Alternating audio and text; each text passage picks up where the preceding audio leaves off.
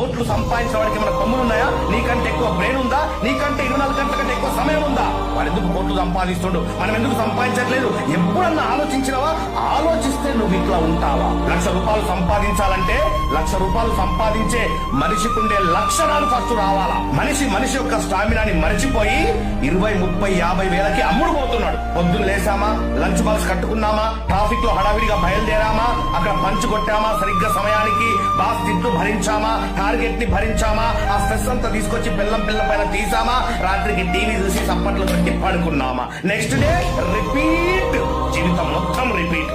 Rat race లో ఇరుక్కుపోయావు. కనీసం నీ జీవితాన్ని ఎలా బాగుపరచుకోవాలో ఆలోచించడానికి కూడా నీకు టైం ఇవ్వట్లేదు. అక్కడ మాట మాట్లాడితే చాలు, బాగా చదువుకో బిడ్డ, బాగా సెటిల్ అవుతావు, బాగా చదువుకో బిడ్డ, బాగా సెటిల్ అవుతావు, బాగా చదువుకుంటే బాగా సెటిల్ అవుతావు అనే సెంటెన్స్ కరెక్ట్ అయితే, చాలా బాగా చదువుకున్న మన టీచర్స్, లెక్చరర్స్ 30, 40, 50 వేల శాలరీకి ఎందుకు పని చేస్తున్నారు సార్? మరి చాలా బాగా చదువుకున్నారు కదా. సంపాదించడానికి ఎలిజిబిలిటీ క్వాలిఫికేషన్ కాదు మిత్రమా, క్వాలిటీస్.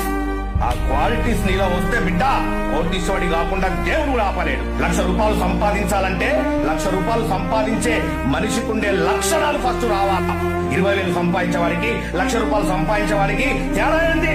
అది తెలుసుకున్న రోజున నువ్వు కూడా ₹1,00,000 సంపాదిస్తావు. కొన్ని వందల మంది లక్షాధికారులుగా తయారు చేసిన అనుభవంతో చెప్తున్నా, కెరియర్ ని డెవలప్ చేయి.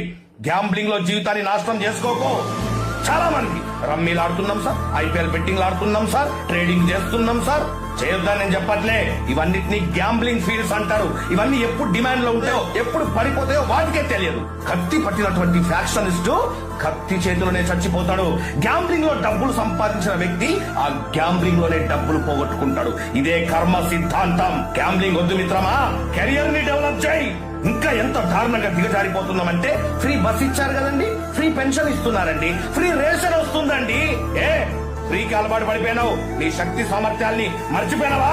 పరిగెత్తి పాలు తాగడం కంటే నిలబడి నీళ్లు తాగడం చాలా మంచిది. మంచం ఎంతుంటే కాళ్ళు అంతే జాపుకో బిడ్డ. ఏంటి పెంపకం? బిల్ గేట్స్, అంబానీ వాళ్ళ అబ్బాయిని ఇలాగే పెంచుతారా? అబ్బా సార్, వాళ్ళతో మమ్మల్ని పోల్చకండి సార్. వాళ్ళకేమైనా కొమ్ములున్నాయా?